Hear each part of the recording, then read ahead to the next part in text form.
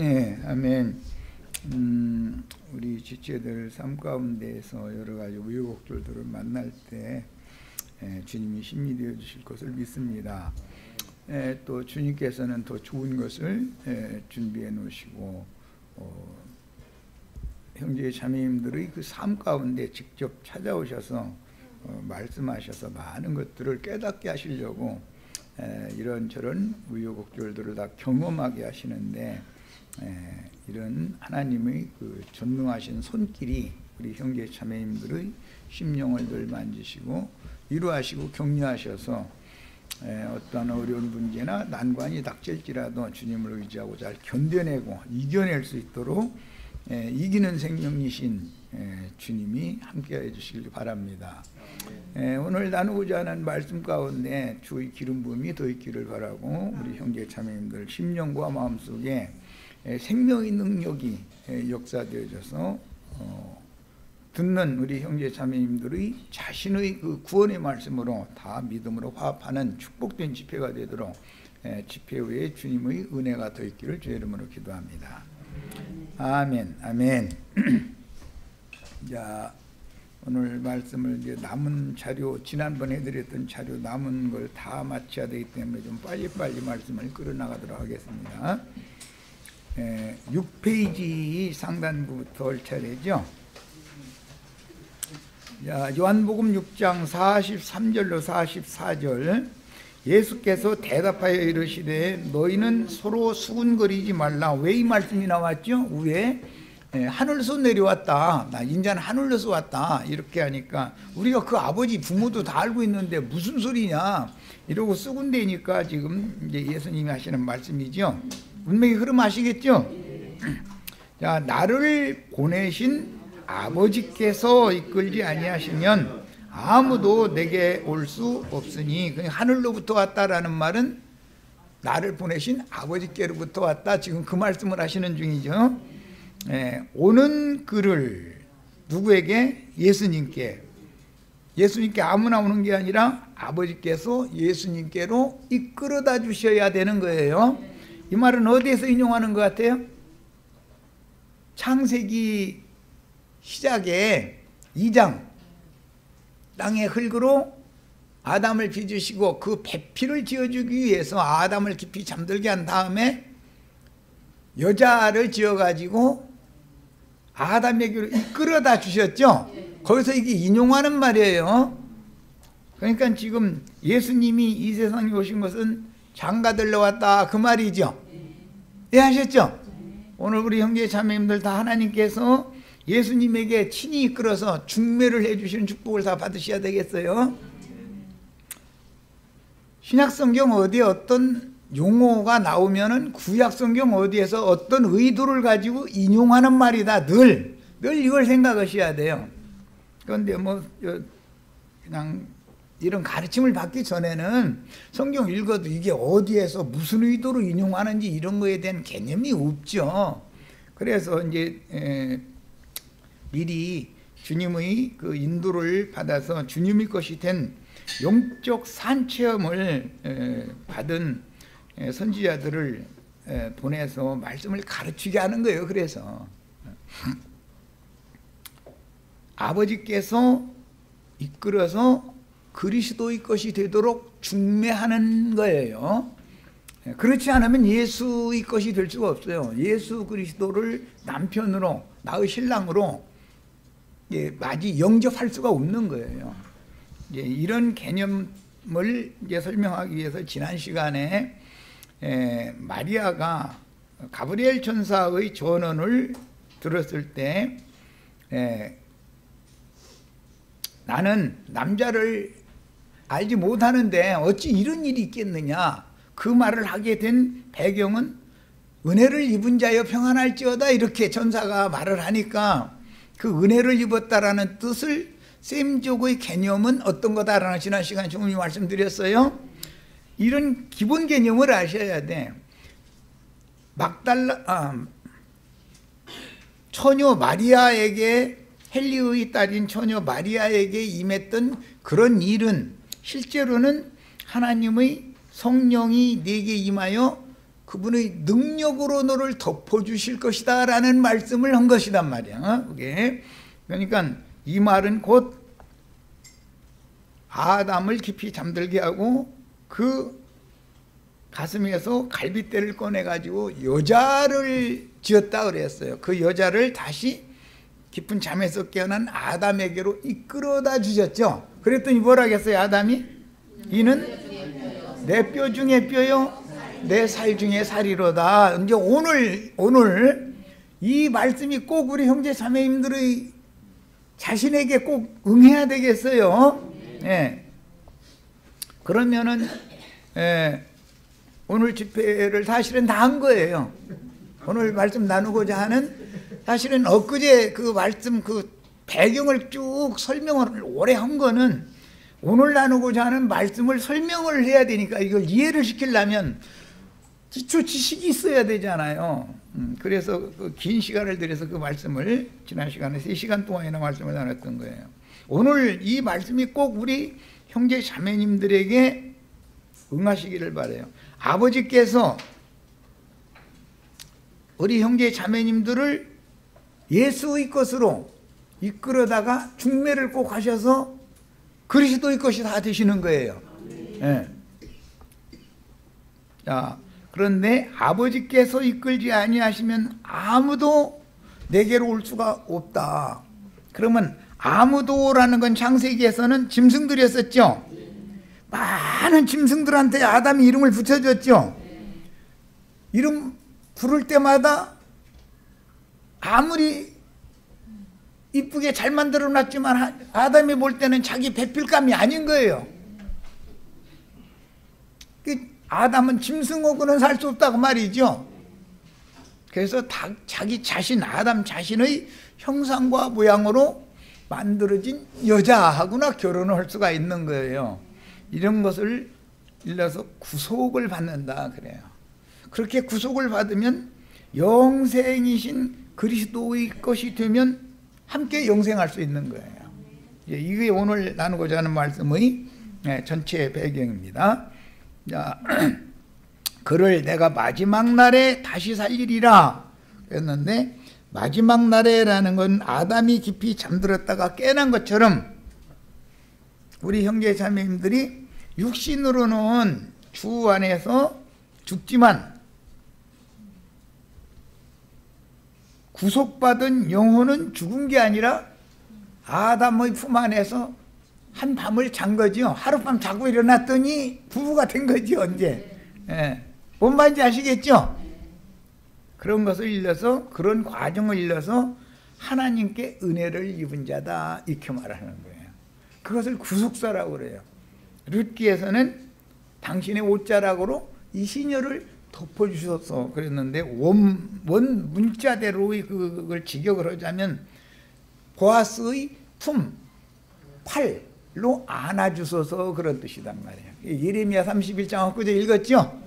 여자가 남자를 안으리라 이제 이랬는데, 이런 그 성경의 그 개념을 잘 이해를 하셔야 돼요. 우리는 모두 다 주의 품에 안겨진 바가 돼야 돼요. 그것은 원래 이제 옷자락으로 덮는다 그랬는데, 그 옷자락이라는 말은 이불이라는 뜻이에요. 그 셈족의 언어 관습을 이해하시겠죠, 이제? 옷자락으로 덮는다라는 말은 누가복음에서는 성령이 임해가지고 주의 능력이 그를 덮어준다 이렇게 표현을 했어요. 주님의 능력이 오늘 무슨 능력? 죽은 자를 살리고 없는 것을 있게 하시는 그런 생명을 주시며 영원한 생명이신 그분으로 덮임을 다 받으셔야 되겠어요. 예? 자, 여기에 이제 아버지께서 그랬는데, 앞에서는 이제는 하늘로서 내려왔다 그랬지만 실제로는 아버지께로부터 나는 보냄을 받았다 그 말을 한 거죠. 그러니까 하늘과 아버지는 동의어였던 것이죠. 그런데 예수님의 이 말씀하는 개념을 유대인들이 같은 히브리어를 사용하는 사람들임에도 불구하고 말이 서로 안 통한 거예요. 예수님은 영적인 말을 지금 하고 있고 유대인들은 땅에서 난 첫사람 아담 세계의 개념으로 말을 자꾸 듣는단 말이야. 이것이 오늘날 기독교계 사람들이 교회가 증거하는 말씀을 듣지 못하는, 귀가 열리지 않으면 알아들을 수 없는 건 똑같은 이치가 계속 반복된다는 걸 아시겠죠? 창세기 19장 23절을 읽고 오겠습니다. 아예 읽고 시작하겠습니다. 그것은 롯의 때 하늘로부터 유황불이 내려서 소돔과 고모라와 그 주변 성읍들을 다 심판한 이야기예요. 거기에 나오는 말이에요. 자, 23절 읽습니다. 롯이 수알에 들어갈 때 해가 돋았더라. 24절 줄쳐가면서 읽습니다. 여호와께서 하늘 곧 여호와께로부터 유황과 불을 소돔과 고모라에 비같이 내리사. 이해하셨어요? 여호와께서 하늘 곧 여호와께로부터. 하늘은 곧 여호와 자신이죠. 이런 성경 구절은 암기하고 계셔야 돼. 예수님은 이런 개념을 가지고 지금 말씀하셨다 이거예요. 내가 하늘로서 내려왔다 라는 말은 나는 여호와께로부터 왔다 그 말이란 말이야. 여호와라는 말은 스스로 있는 자라는 뜻이에요. 네. 여호와께서 하늘 곧 여호와께로부터 그랬죠. 하늘은 곧 뭐예요? 여호와 자신이죠. 예수님은 이런 개념을 가지고 지금 말씀을 하신단 말이에요. 그런데 유대인들은 같은 히브리어 아람어를 그들의 이 용어로, 그들의 국어지요. 그러니까 히브리인들은 그 히브리어가 국어니까, 그들이 국어니까 말은 같은데 발음은 같은데 의미가 전혀 다르다 이거예요. 왜 그렇다고요? 예수님은 하늘을 여호와라고 말씀하는 중이고, 나는 하늘로부터 내려왔다 그 말은, 하늘로부터 왔다 그 말은 나는 하늘에 계신 내 아버지의 보내심을 받아서 왔다 그 말이란 말이에요. 나는 여호와께로부터 왔다 지금 그 말이에요. 그런데 발음은 똑같아도 말귀를 못 알아들었다 하는 거예요. 그러니까 저가 위기에 우리가 그 부모도 다 알고 있는데 무슨 지금 하늘로서 내려왔다고 그러느냐 이래가면서 수근수근 하는 거예요. 그러니까 예수님이 지금 답변하신 말씀이에요. 이 답변이 오늘 우리 형제 자매님들은 이런 모든 말씀들이 계시를 통해서 영의 빛이 임해서 마음에 이게 딱 믿어지셔야 되겠어요. 이건 비밀이요. 그래서 믿음의 비밀은 아무나 다 믿음의 비밀을 갖는 게 아니에요. 기독교인들 다 믿는다고 그래요. 심지어 절에 다니는 사람도 참 그분은 신심이 얼마나 좋은지 모르겠다고. 신심이 좋다는 말은 믿음이 좋다 그 말이에요. 예. 절간이 다니는 사람도 믿는다. 성당이나 예배당에 다니는 사람도 믿는다. 그런데 그 믿음이 그게 성경이 말하는 믿음이냐? 그게 아닌 거예요. 이제 이게 문제예요. 뭘 믿어야 돼요? 진리를 믿어야 된단 말이에요. 진리를. 그런데 사람의 교훈을 하나님의 말씀에 섞어서 혼합시킨 다른 교훈들을 지금 붙들고 있으면서 다 믿는다 그러고 있다 말이에요. 여기 와서 적어도 한 3년만 딱 말씀 듣다 보면 아 우리가 지금까지 믿음 좋다고 그러고 믿음 이랬는데 엉터리 성경과는 맞지 않는 믿음을 지금 믿음 생활을 했었구나라는 걸 금방 깨달으셔야 돼. 이게 너무 잘못되어 있는 거예요. 이런 얘기를 세상교계 목회자들이나 세상교계 신자들이 들으면 당연히 언짢게 들리죠. 자기네들의 신앙을 부정하는 말이니까. 그런데 그렇게 언짢게만 들을 일이 아니다 이거예요. 귀를 열고 유심히 들어봐야 된다 이거예요. 예수님과 유대인들이 같은 동족이면서 같은 문화권에서 같이 나서 같은 세대를 살면서도 예수님과 말이 안 통했는데 그때만 그러는 게 아니다 이거예요. 매 세대 마찬가지다는 거예요. 매 세대. 오늘 이 세대에도 마찬가지예요. 목사님들이 설교 잘하는 목사님들한테 수만 명, 수십만 명이 모이는 이유는 뭐예요? 세상 사람들이 알아듣기 쉬운 세상의 말을 해주니까 자신들이 참 믿음 좋은 줄 알고 그렇게 많이 모이는 거예요. 너무 그 사람들이 듣기엔 너무 뭐라고 말하죠? 귀에 쏙쏙 들어오더라 이렇게 말하지. 쏙쏙 들어오는 거예요. 그런데 예수님이 하시는 말씀은 걸리는 거예요. 내려가들 않는 거예요. 이게 걸림이 되는 거예요. 자꾸. 아니 그 부모가 멀쩡 요셉이고 마리아잖아. 우리가 그 동네에서 나서 목숨 노릇하는 거 다 보고 했는데 느닷없이 오늘날 와가지고서 지가 하늘로서 내려왔다 이러면은 비판거리밖에 더 되냐 이거예요. 그런데 예수님은 영의 세계에 대해서 말한다 이거예요. 나는 여호와의 보냄을 받은 여호와의 사자로 왔지 요셉의 씨로 나서 온 이 육신이라는 건 무익한 것이다. 하나님 나라에는. 그래서 나는 근원적으로 생명을 주는 영원한 생명을 가지고 너에게 와서 내가 너에게 새 생명을 주러 왔다. 그러니까 이 생명을 받아라. 이제 이러니까 사람들이 이해가 안 되는 거예요. 자신들은 지금 멀쩡하게 부모로부터 생명을 받아서 태어났는데 무슨 놈의 생명을 지가 또 준다고 그러느냐 이제 이렇게 나가는 거죠. 부모 이제 예수님은 좀 나처럼 좀 쉽게 너의 육신이 부모로부터 태어난 생명은 영원한 생명이 아니잖아. 그건 영생 못 오잖아. 내가 주는 생명을 받아야 영생해. 이렇게 좀 쉽게 말씀을 하셔야 되는데 뱅뱅 돌려버려. 왜 그런다고요? 교만한 자들 말씀으로 망하라고 그러는 거예요. 말씀으로 망하라고. 그래서 영이 겸손해져 가지고 이 말씀을 좀 더 들어보자. 나중에 판단해도 되는 거 아니에요. 판단은. 그런데 그냥 자기 생각하고 당장 안 맞으면 그 이단 딱 이러고서는 안 들으려고 그러거든. 그러면 그 사람은 아버지께서 주님의 것으로 이끌어다 줄 수 있어요? 없어요?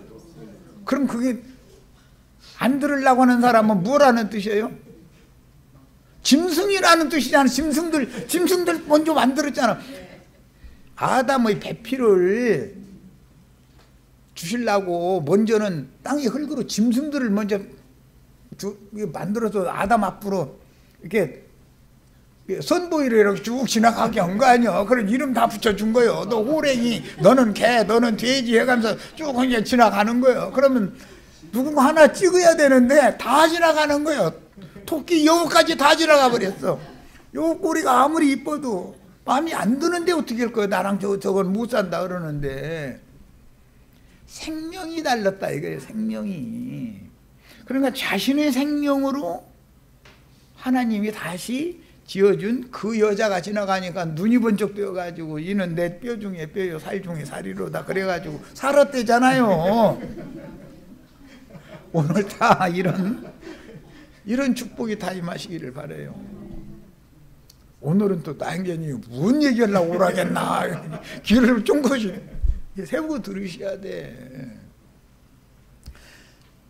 기성교계에서 너무 성경이 말하고자 하는 생명의 세계, 영원한 세계에 관해서는 너무 닫아놓는 말만 하는 거예요. 세상을 향해서만 눈이 크게 열리게 만들고 육신적으로 뭐 병든 사람 병 고친다든지 뭐 부자 된다든지 망해가던 사업 부자 된다든지 막 귀가 막 눈이 막 반짝반짝 해가지고 귀가 이렇게 열려버려. 그런데 그 육의일이라는 건 육이라는 건 하나님 나라에는 무익한 것이다.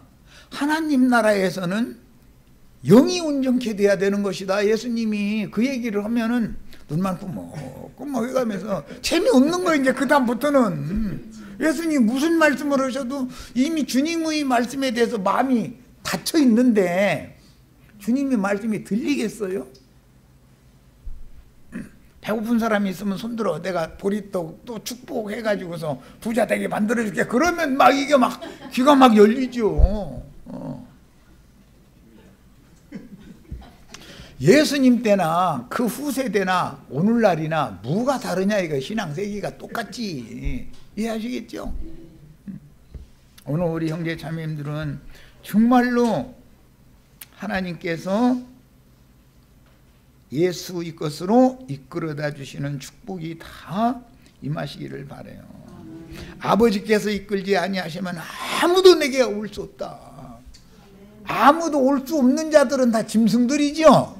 짐승들이에요. 하나님의 말씀을 들어도 아무리 설명을 해도 이해가 돼야 안 돼요? 짐승들은? 짐승들이 사람 말 알아듣는 것 같으죠? 사실은 못 알아들어요. 종로로 도는 말만 알아듣죠. 소보고 이랴 하면은 가고 워 하면 쓰고 그거밖에 몰라. 고 스탑 이 말밖에 몰라. 그죠?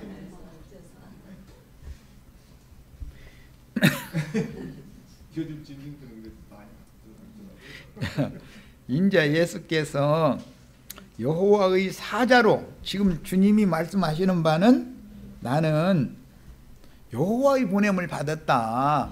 하늘에서 내려왔다라는 말은 하나님의 보냄을 받았다. 지금 그 말이단 말이야. 하늘이라는 말은 여호와다라는 말을 염두에 두고 예수님은 말씀을 계속 하신 거예요. 야, 여호와의 사자로 자기 땅 자기 백성들에게 보내심을 받고 나를 보내신 아버지라는 표현을 하신 용어는 하나님의 사람인 인자 예수의 생명의 근원인 아버지 아브라는 용어는 생명의 근원이라는 뜻이라는 거 지난번에 설명해 드렸죠. 그 아버지는 조물주 태초부터 스스로 계시는 말씀이신 여호와라는 용어이지, 아버지라는 예수님이 사용하는 용어는 사람이 아는 대로는 요셉의 자손이다 그러는데 요셉을 말하는 게 아니다 이거예요. 유대인들은 자꾸 요셉을 생각하고 있었죠. 예수님은 하늘 여호와 그분이 내 아버지다. 나는 그분의 보냄을 받아서 왔다. 그래서 다음에 쭉 나가는 모든 말씀에는 스스로 온 자는 담 너머로 온 절도요 강도들이고 나는 보내심을 받아서 왔다.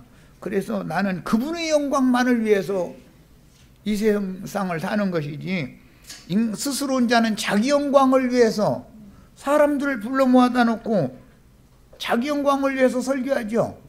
그래서 설교를 한 사람들이, 그 목회자들은 듣는 이들의 눈치를 살피느라고, 세상 나라는 다 그래요. 청와대 앉아 거기 들어가려고 기를 쓰고 죽어라고 노력해서 거기 들어가죠. 들어가면 그날부터는 바늘방석이요. 예, 국민들 눈치 보느라고. 여론이 어떻게 돌아가냐 이거, 여론이 이러죠. 세상 남편은 뭐 하고 싶어도 아내 눈치 보느라고 눈치 슬슬 봐. 왜냐하면 성질부려 싸니까. 아내 마음에 안 들게 하면은 안 되잖아. 이러고 가정이 불안하니까 눈치를 안 볼 수가 없어. 육신의 세계에서는 완전한 게 없어. 그런데 하나님은 사람 눈치 봐요, 안 봐요? 하나님의 종들은 사람의 눈치를 봐요, 안 봐요? 하나님 말씀하라는 것만 그대로 하면 그뿐인 거예요. 책임은 그분이 질 건데 뭐. 그래서 태초부터 스스로 계시는 하나님의 말씀인 여호와라는 그 용어를 염두에 두고 하늘이라고 했고 아버지라고 한 것이지만, 유대인들은 예수님이 사용하는 그 언어의 내면을 못 만졌다 이거예요. 똑같은 히브리어를 사용하는 사람들이에요. 그런데 또 오늘날 어떤 또 신령하지 않은 사람들은 자기네들이 히브리어 헬라어 막 히브리어 헬라어 아무리 잘 알아도 히브리어 헬라어만 쓰던 사람들이 예수를 죽였고 사도들을 죽인 거예요. 누가 다른 한국말 쓰는 사람이 예수 죽였어요? 영어 쓰는 사람이 예수 죽인 게 아니에요. 예수님 지고 사도들 죽인 건 히브리어 사용하던 사람들, 헬라어 사용하던 사람들이에요. 그럼 히브리어 헬라 잘하면 돼야 안 돼요?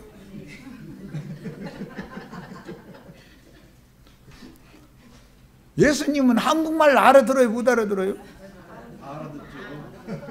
한국 사람한테 이런 언어를 하게 하신 분이 누구예요? 이런 말 쓰라고 이렇게 해놓으시고 나서 못 알아들으면 어떻게 돼? 그러니까 쓸데없는 것에 붙잡히지 말라는 뜻이에요. 뭐 히브리어 헬라어를 좀 뭐 영어 뭐 다른 외국어를 많이 알아서 무익한 건 아니죠. 그런데 그걸 오남용하거나 교만해지면 안 된다 그 말이지.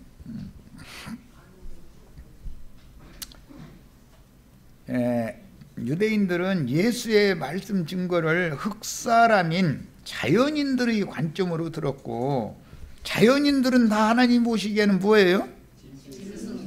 사람이 인자가 아니죠. 짐승들이에요, 짐승들. 그럼 이제 막 청와대 앉아 계신 분 승질 낼 거야, 아마.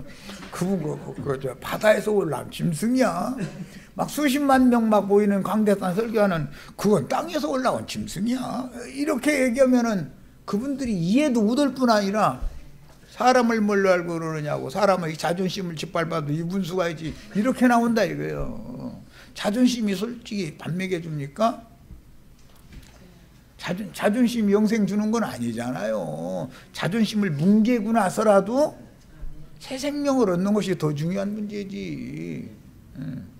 그런데 인간나라 목사님들은 세상 나라에서 대통령, 예를 들어서 대통령이면 우리 모임에 오실 일도 없지만 만약에 오신다고 하면은 내가 그 대통령한테 이런 말을 하려면 좀 눈치가 슬슬 보여질 것 같아, 아무래도. 가지고 승질 나가지고 돌아가가지고서 그 이상한 얘기했었는데 걔 좀 가서 손 좀 봐. 이제 한마디 했다가는 뭐 작살 나는 거지 뭐.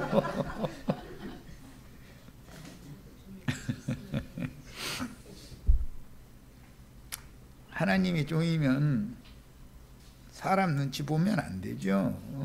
사람이 비유 맞추는 것이 하나님이라면 하나님이 사람한테 못하다는 거 아니야. 그런 하나님을 왜 믿습니까?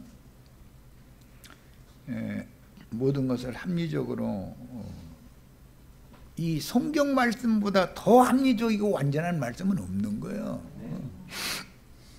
하늘 아버지께 보내심을 받아서 너희에게로 왔다고 증언하시는 자신의 근본에 대한 증언들이 이스라엘 12지파 사람들에게, 특히 유대교에 심취한 사람들에게는 거슬려 들렸다 이거예요. 우리들이 증거하는 이런 말씀이 유튜브로 지금 막 이렇게 나가고 이제 이러는데, 만약에 목사님들이 관심도 없으니까 안 들으니까 그렇지, 만약에 들으면 그 사람들이 기분 좋게 들어요, 거슬려 들려요? 목사를 부인하고 세상 교회를 다 부정하고 말이야. 그럼 이건 이단이거든요. 이제 자세히 알고 봤더니 삼위일체도 부정한다, 예정론도 부정한다, 사람이 뭐 하는 것은 다 그건 쓸데없는 거다 이래버렸다가는 두 번 다시 그 접근해서 유튜브 그거 들으시면 큰일 난다고 막 이러고 문을 막지, 가서 들어보시라고 설교는 안 해줍니다. 그 말은 무슨 뜻이요? 예수 그리스도께 아버지께서 이끌어 주시지 않은 짐승들처럼 오늘날도 똑같이 짐승들은 그리스도의 것이 될 수 없다라는 거예요. 그들이 문을 막거든. 천국문을 그들이 막아서 가지고 저만 안 들어가면 상관없어. 들어가고자 하는 애쓰는 사람들도 다 못 들어가게 막아버리거든. 그들이 아는 대로는 요셉의 아들이지만 예수는 자신을 하늘아버지의 보내심을 받은 자라고 증언하면서 나는 위로부터 났고 너희는 아래에서 났다. 그래서 너희가 들을 끼가 없기 때문에 내 말을 좀 못 알아듣는 거다 하고 이러신 거단 말이에요. 그들이 도무지 예수님의 말씀에 대해서 이해할 수 없었던 것들은 짐승은 사람의 말을 알아듣지 못하는 것처럼 예수님의 혈통적인 부모, 형제들을 너무 잘 알고 있는 사람들이었기 때문에 내가 하늘로서 내려왔다 그러니까는 가짜는 소리 하는 걸로 당연히 들리죠. 예. 그들은 땅의 흙으로 취하신 첫사람에게 속한 자들이었고, 이거는 다 하나님 보시기에는 짐승들이에요. 사도행전 10장에나 이제 그 말씀에 보면은 베드로에게 하늘에서 큰 모자기 속에 짐승들이 가득 들어 있어가지고 그거 내려보내고 나서 너 이거 잡아먹어. 그러니까는 베드로는 레위기 11장을 아주 세뇌당한 사람이요. 무슨 짐승, 부정한 짐승, 이것은 먹지 말고, 뭐 생선도 비늘 없으면 먹지 말고, 뭐 굽이 갈라졌으면 갈라지지 않았으면 먹지 말고 해가면서 맨 부정한 짐승들을 단적 담아놓고 나서 그것 잡아먹으라고 하니까, 아니 난 평생토록 조상 대대로 그런 부정한 것을 입에 넣은 적이 없는데 이게 웬일이냐고, 왜 이런 거 먹으라고 그러니까 그랬다는 거예요. 그러니까 내가 이미 다 깨끗게 해놨으니까 너 딴소리 말고 가서 잡아먹어 그랬다는 거예요. 짐승 잡아먹는 게 구약 율법에는 그런 짐승 잡아먹지 말라고 돼 있어요. 레위기 11장에는 부정한 짐승은. 그런데 신약에서는 예수님이 그걸 잡아먹으라고 그러잖아요. 사도보고. 그게 뭔 뜻이요? 아, 정결한 짐승이라는 건 제물로 드려져야 되는 말씀을 맡은 하나님의 사람들을 말하는 것이고, 부정한 짐승들이라는 건 말씀을 들어본 적도 없고 말씀을 믿지 않는 이방인들을 말하는구나 라는 것을 알아들었다 이거요. 그것도 한 번에 알아들은 게 아니에요. 두 번에도 못 알아들으니까 세 번까지 똑같은 말씀하신가? 가만 있어봐. 눈을 꾸벅꾸벅 베드로가 하고 있는데 거기다 대고 또 배가 그렇게 고팠어요. 시장했어요 아주. 그런데 이방인 백부장 고넬료라는 사람이 보낸 하인들이 와가지고 당신 좀 모셔오라고 한다고 우리 집으로. 고넬료 집에 많은 사람들이 모여가지고 당신 말씀 좀 듣기를 원한다고. 그러니까 그때 퍼뜩 가만히 있어. 이거 정한 짐승이라는 것은 제물로 드려지는 예수님과 우리들을 의미한 것이고, 부정한 짐승이라는 건 예수님이 피로 깨끗게 이미 다 해놓은 모든 인류에게 나가서 이방인들한테도 전도하라는 뜻이었구나라고 구약 성경이 그때서 깨달아졌다는 거예요. 오늘 우리들에게도 이런 축복이 꼭 임하시기를 바라요. 우리가 다 짐승들이었었죠. 그런데 주의 성령께서 보내신 증인들의 복음 전파를 통해서 우리가 그리스도의 것이 다 됐다 이런 말이에요. 우리 형제 자매님들도 이제 나가서 짐승 잡아먹으러 다니셔야죠. 그런데 특히 뱀고기를 많이 드셔야 돼. 뱀 잡아서 불에다가 구워서 이렇게 드시면은 보약이 될 수 있어. 그건 뱀고기 먹으라는 게 뭔 말인지 아시죠?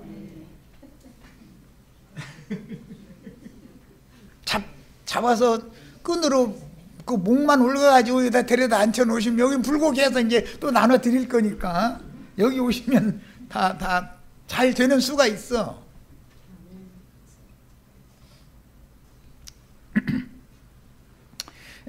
그래서 그들은 땅의 흙으로 취한 첫사람에게 속한 자들이었고, 예수는 하나님의 말씀인 성령으로 처녀의 태잉태되어 해산된 둘째 사람이었다. 성경에는 첫 아담, 둘째 아담밖에 없죠. 사람이라는 것은. 그런데 첫 아담에 속한 자들은 전부 짐승인간들이고, 둘째 아담, 마지막 아담에게 속한 모든 그리스도인들은 하나님의 사람들이다 이거예요. 그리스도인들이다 이거예요. 그래서 아래 것을 추구하는 첫 아담에게 속한 자들은 땅의 일만 생각하고 위의 것을 추구하지를 않았다. 짐승들은 땅에 속한 것만 생각하고 땅의 일만 추구하는 거예요. 그게 자동적이요. 태어난 생명의 본질이 그거니까. 그러나 하늘의 하나님께로부터 거듭난 속사람은 위의 것을 생각하고 위의 걸 추구하게 돼 있다 이거예요. 야, 그러므로 그 생명의 근거가 어디냐 이거예요. 하늘이냐 땅이냐에 따라서 땅에서 난 것은 결과적으로 죽어가지고 땅으로 가게 돼, 땅속으로 들어가게 돼 있고, 위로부터 난 것은 결과적으로 겉사람은 죽지만 속사람은 위로부터 난 사람이니까 속사람은 위로 가게 돼 있는 거다. 그 말이단 말이야. 자, 둘째 사람이요 마지막 아담인 예수에게 나와 그분의 입으로 나오는 영과 생명의 말씀을 믿음으로 주의 성령과 자신의 영이 합하여 영이 하나가 되는 거예요. 먼저는, 그 다음에는 마음도 예수님과 같은 동일한 마음이 돼야죠. 자, 마음이 하나가 될 사람은, 영이 먼저 하나가 되고 마음도 하나가 될 사람, 하늘아버지께서 아들에게 주셔야 한다라는 이 말씀은 하나님의 계시가 없으면 알아들을 수도 없고 예수를 주님으로 영접할 수도 없는 말씀인 거다. 어디에서 인용하기 때문에 아담에게 배필을 지어주시기 위해서 아담을 깊이 잠들게 하시고 그 갈빗대를 꺼내서 여자를 지은 다음에 아담에게 이끌어 오시는 문제를 지금 말하고자 한다, 그런 말이에요. 자, 성경은 모두 기록자들인 선지자들에게 하나님과 그 아들 예수에 대하여 계시된 말씀이므로 계시를 받지 못하면 아버지를 알 수 없고, 마태복음 16장에는 하나님과 그의 아들 예수 그리스도께서 계시를 해주는 사람, 계시를 받는 사람이 아니면 아버지를 아는 수가 없다, 이렇게 돼 있죠. 그 아버지를 알 수 없다라는 말은 육신의 아버지를 지금 말하는 게 아니다 이거예요. 이 아버지라는 용어가 말하고자 하는 예수님이 말하는 하늘 아버지 여호와를 알 수 없다, 그 말이지. 생명의 근원. 그래서 너희는 너희 애비 마귀로부터 났다라는 말씀이 그래서 나온 거예요. 하나님의 아들 인자 예수를 예언들을 이루실 메시아로 인정하고 받아들일 수도 없는데, 기록된 성경을 읽고 말씀을 전능하신 참 하나님이라고 믿는다는 것은 비밀의 계시가 임해야 되는 문제다. 믿음은, 참 믿음은 계시가 필요하다. 계시가. 이 말은 무슨 뜻이냐? 영으로 빛이 되어 깨달음이 있어야 그게 믿어지는 것이지, 실제로는 알지도 못하는 것을 아니 믿어 막 그런다. 믿습니까? 막 설교 중간중간에 꼭 목사들 그러지요. 왜냐하면 확인하고 싶어서 물론 그럴 거예요. 그런데 믿을 걸 믿어야지 그게 믿어집니까? 그런데 그 세계에 있으면 자기네들 믿음이 제일 준 줄 알고 있죠. 그런데 그것이 성경이 말하는 믿음이 아니면 어떻게 할 거냐, 이렇게 중요한 문제가 이제 나오는 거예요. 갈라디아 3장 23절, 믿음이 오기 전에는 율법 아래 매인바 되고 계시될 믿음의 때까지 율법 아래 갇히게 된다. 율법 안에. 우리 형제 자매님들도 나 만나기 전에 안식일 율법에 갇혀 있었죠. 참 너무 좀 시시하지. 너무 뭐 갇힐 게 따로 있지. 거기에 붙들리고 거기에 갇힌다는 게 말도 안 되지. 왜 그래요? 계시가 없었기 때문이었다. 믿음이라는 건 뭘로 오는 거예요? 계시로 오는 거예요. 계시될 믿음. 이 믿음을 받으셔야 되는 것이지. 계시라는 건 하나님이 열어서 깨닫게 해주신다, 보여주신다, 그런 말이에요. 믿음은 계시로 하늘이 주시는 것이지 사람에게서 나오는 인간들의 신념이 아니다. 인간들이 다 믿습니다. 그러지만 그건 믿음이 아니죠. 성경이 말하는 믿음과 사람들이 말하는 믿음이라는 용어는 전혀 다른 거예요. 예를 들어서 갑작스럽게 어떤 일이 있어서 그래도 나의 그 갑작스러운 어려운 난관을 이게 해결해 줄 수 있다고 생각되는 누구한테 전화해 가지고 돈이 갑자기 내가 뭐 1,000만 원이 막 필요하게 됐는데 그 내일 모레 써야 되니까 늦어도 내일까지는 내 저 통장 번호 일러줄 테니까 나 입금시켜. 예를 들어서 그렇게 했어. 그럼 알았어. 이제 그러면 다 그 서로가 잘 통하는 사람이죠. 그러면 알았어 하는 순간에 그렇게 될 줄로 믿지요. 그 믿음은 정말로 성경이 말하는 믿음이 아니죠. 알았어 했는데 그 사람이 교통사고 갑자기 나가지고 뭐 은행에 갈 시간도 없고 뭐 정신이 없게 생겼어. 그러면 알았어 해서 믿었는데 그렇게 안 될 수도 있지 않냐 이 말이요. 성경이 말하는 믿음, 믿기만 하면 믿는 대로 그냥 되는 거예요. 성경이 말하는 믿음은 안 될 수도 있는 건 믿음이 아니에요. 성경이 말하는 믿음과 사람들이 말하는 믿음이랑은 다르다라는 걸 지금 설명하느라고 그래요. 서울역에서 KTX 열차표 타가지고 부산역까지 가는 거 2시간 30분 걸린다고 해가지고 표를 딱 샀어. 2시간 반 후에 봐. 역 대합실에서 만나. 그랬어 이제. 그냥 알았어. 그냥 믿고 있을게. 그랬어.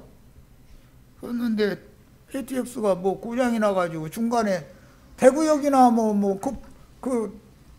바로 전역에서 열차가 멈춰 서가지고 안 움직이는 거예요. 그럼 뒤에 오는 열차도 못 가고 다 서야 되는 거 아니요. 앞에 길 막혔으니. 그럼 그 믿음이 진짜가 아니죠. 믿는 자에게는 능치 못함이 없는 거예요. 그 믿음과 절대 믿음이다 그래요. 이제 우리 이현자 자매님은 이제 신학교에서 이런 용어 많이 배워서 절대 믿음, 인간의 신념 이건 다른 거다. 절대 믿음은 예수님을 말한다 이거예요. 믿음이라는 명사형으로 믿음이라는 말이 나오면 예수님을 염두에 두는 말인 거예요. 믿는다라고 말하면 그것은 예수 그리스도께서 믿음을 주신 걸 가지고 내가 믿어졌다라는 뜻이에요. 동사형으로 할 때는 믿으니 믿는다 뭐 믿어라 등 이렇게 할 때는 동사형이죠. 믿음이라는 것은 누구를 말한다? 예수님을 말하는 거예요. 무슨 KTX 열차가 몇 시에 부산역에 도착하느냐 마냐 그런 것은 믿음이라고 성경이 말하는 믿음이라고 하지 않아요. 내일 내 통장에 돈이 1,000만 원 입금이 되느냐 안 되느냐 그래 믿고 있을게 하고 전화 끊어. 그 믿음은 그건 성경이 말하는 믿음이 아니에요. 믿고 있어도 그렇게 안 될 수도 있으면 그게 무슨 믿음이겠어요. 성경이 말하는 믿음은 절대 믿음이다. 자, 이런 개념을 아셔야 돼. 자, 그래서 신본주의, 이제 그 헤브라이즘이라고 그러는데 그것과 인본주의, 헬레니즘은 계시로 받은 믿음이냐의 여부로 분별이 되는 것이다. 믿음이라는 용어 자체만 해도 그렇다는 거예요. 자, 이제 몇 절 읽고 이 시간은 마치겠습니다. 데살로니가 후서 3장 2절. 믿음은 모든 사람의 것이다 아니다. 자, 다 믿는다 그러는데 그리스도교인들 다 믿는다 그러죠. 그런데 모든 사람의 것이 아니죠. 성경이 말하는 믿음은 그런 믿음이 아니에요. 인간들의 믿음이 아니에요. 절대 믿음을 말하는 거예요. 믿는 자에게는 능치 못함이 없는 믿음을 말하는 거예요. 성경의 믿음은. 예, 그래서 믿음의 주인이 누구예요? 히브리서 11장에는 그러므로 믿음의 주요 또 온전케 하시는 예수를 바라보자. 그런 게 믿음의 주인이 누구라고요? 예수님이에요. 그러니까 예수님이 주고자 하는 자에게 그 자기 자신을 주는 거예요. 그러면 그 믿음을 예수의 믿음을 받은 사람이나 믿음대로 되는 것이지 믿음의 주인께서 주고 싶은 사람에게 주는 거잖아요. 모든 사람에게 다 주는 게 아니라는 거예요. 성경에 의하면. 유대인들에게 믿음을 주십니까? 기독교인들에게 하나님 믿음 주십니까? 그런 일이 어디가 있어요. 제자들에게만 주시는 것이지. 뭘로? 계시로. 계시라는 거 이제 열쇠, 천국 열쇠다 그러는데 계시로 제자들에게만 주시는 것이지 대적자들한테 천국 열쇠를, 계시를, 천국을 여는 열쇠를, 계시를, 하나님의 계시를, 예수를 대적하고 복음 전파를 회방하는 자들한테 믿음을 주실 리가 있겠냐고 말이요. 그러니까 우리가 예배당 다니면서 믿습니다 믿습니다 하는 그 믿음이 의심스러운 믿음일 수 있죠. 다 아니다라고야 누가 장담해서 말하겠어요. 그러나 의심스러울 수는 있다 이거예요. 사도행전 3장 16절 그 이름을 믿음으로 40세쯤 된 안진뱅이가 성전 미문에 앉아서 날마다 구걸했죠. 그 사람한테 은과 금은 우리에게 없지만 나사렛 예수 그리스도 이름으로 명하노니 일어나 걸으라 했어요. 그러니까 예수 그리스도 이름으로 이 사람이 치료를 받은 거예요. 그거 설명하는 말이에요 지금.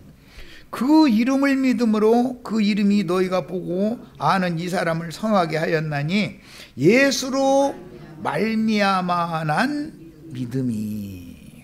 그러니까 사람으로 말미암아 난 믿음이 아니고 마귀도 인간들에게 믿음이라는 걸 불어넣어 줄 수 있죠.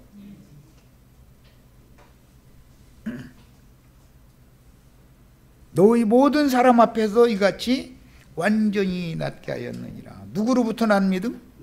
예수로 말미암아 난 믿음이어야 돼.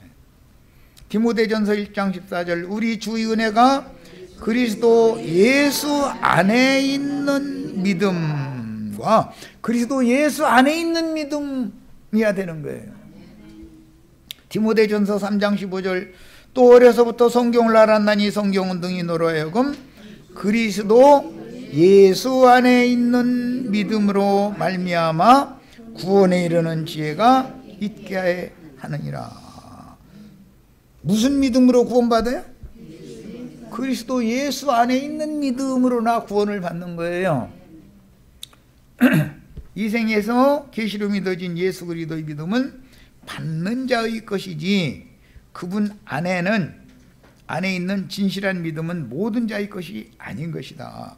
또 본능적인 지식과 인간 지혜로 성경을 연구하고 신학을 공부해서 위로부터 부어주시는 믿음으로 구원을 얻는 것이 절대로 아니다. 진리의 말씀을 계시로 깨달아서 영의 빛이 임함으로 마음에 믿어진 이 믿음이야만 진실한 믿음이다. 그래서 믿는 자에게는 능치 못함이 없어야 이게 믿음이지.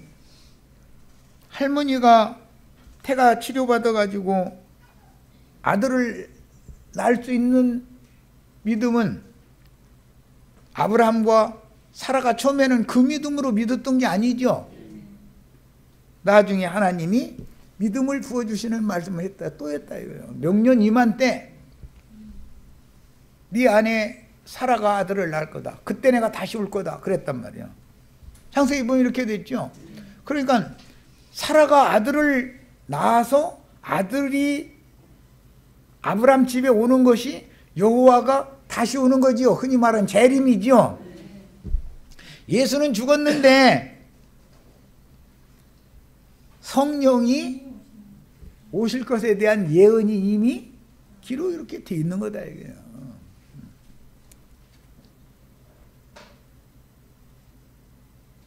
아들이 오는 것은 곧 하나님이 오는 거다 이거예요. 그래서 한 아들을 주시리니 그는 곧 아버지이고 전능한 하나님이다. 그 말씀이 거기서 인용한 말이에요. 창세기에서. 이사야 선지자가 이사야 9장 6절에 괜히 없는 말 지어내는 그럼 하나님이 종이 아니죠. 성경 앞에 어딘가 있으니까 그 말씀의 뜻을 해석을 그렇게 하는 것이지. 자, 여기까지 해서 첫 시간 말씀입니다.